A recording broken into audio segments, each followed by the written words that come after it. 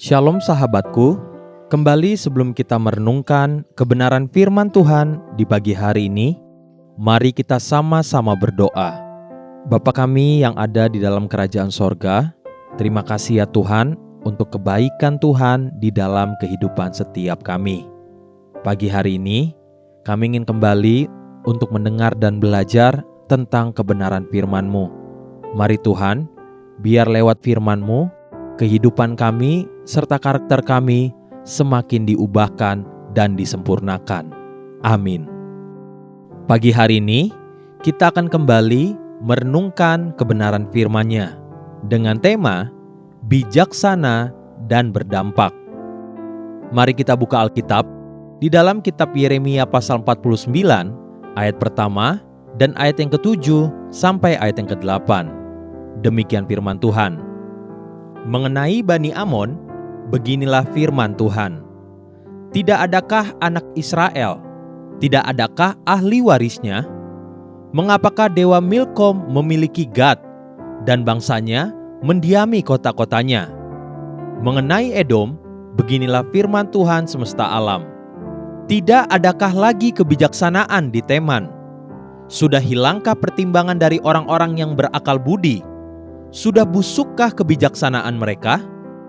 Larilah cepat, bersembunyilah dalam liang-liang, hai penduduk Dedan. Sebab malapetaka akan kudatangkan atas Esau pada waktu aku menghukum dia. Terhadap bangsa-bangsa, Tuhan menyatakan dan melukiskan apa yang akan terjadi bagi mereka. Namun jika kita melihat secara keseluruhan, semua itu seperti sebuah kisah perjalanan hidup manusia. Mari perhatikan perlahan-lahan. Dimulai dengan perkataan terhadap Bani Amon. Mengenai Bani Amon, beginilah firman Tuhan. Tidak adakah anak Israel? Tidak adakah ahli warisnya? Mengapakah Dewa Milkom memiliki Gad dan bangsanya mendiami kota-kotanya? Awal mula kejatuhan bangsa-bangsa dikisahkan dengan kegagalan Bani Amon untuk meneruskan atau menurunkan iman percaya kepada keturunan yang ada. Sampai-sampai Tuhan berkata, "Tidak adakah anak Israel? Tidak adakah ahli warisnya? Mengapakah Dewa Milkom memiliki Gad dan bangsanya mendiami kota-kotanya?" Hingga akhirnya Dewa Milkomlah yang mewarisi wilayah Gad. Ketika rumah tangga anak-anak Tuhan gagal memberikan teladan kepada anak cucu kita, tidak akan terlalu lama mereka akan melihat keturunan selanjutnya akan terhilang. Bahkan warisan yang seharusnya diturunkan kepada anak cucu mereka justru dirampas dan diduduki oleh kenajisan, kejahatan, dan kebiadaban. Contoh yang bisa mudah kita lihat, musik adalah satu karya seni yang pada mulanya dipakai oleh Tuhan dalam perayaan dan penyembahan di dalam bait Allah. Alat musik dan instrumen, tari-tarian, para biduan, bukankah semua itu adalah bagian penting untuk penyembahan bagi Tuhan? Hari-hari ini, gereja lebih banyak mengikuti tren dunia daripada dunia yang mengikuti tren rumah Tuhan. Banyak dari para pemuji di dalam rumah Tuhan menjadi seorang worshiper hanya karena belum sempat tenar dan naik daun. Cita-cita yang sesungguhnya adalah menjadi artis yang diundang ke sana dan kemana-mana.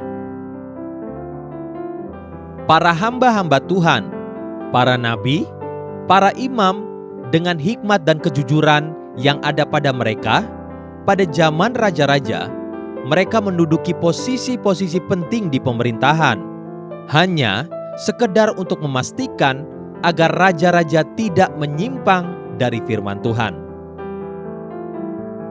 Hari-hari ini, anak-anak Tuhan yang menyandang gelar Kristen di dalam pemerintahan, mereka justru menjadi pelaku korupsi yang sama sekali tidak ada bedanya dengan orang yang tidak mengenal Tuhan. Bukankah semua ini adalah bukti bahwa warisan anak-anak Tuhan telah dirampas dan dikuasai oleh dewa-dewa kejijikan dan kejahatan? Kemudian firman Tuhan juga berbicara terhadap Edom demikian. Tidak adakah lagi kebijaksanaan di Teman? Sudah hilangkah pertimbangan dari orang-orang yang berakal budi? Sudah busukkah kebijaksanaan mereka? Salah satu pengaruh Roh Tuhan atas kita yaitu hikmat dan kebijaksanaan. Roh Tuhan juga akan memberi pertimbangan di dalam hati nurani manusia untuk memahami kehendak Tuhan. Namun justru itulah yang kemudian hilang dan tidak lagi berbekas. Pagi ini, marilah kita sadar dan sungguh-sungguh berjuang mengembalikan kemuliaan Tuhan kepada gerejanya. Hiduplah bijaksana dan benar, agar hidup kita menjadi panutan dan berdampak. Haleluya. Sahabatku, mari kita sama-sama berdoa.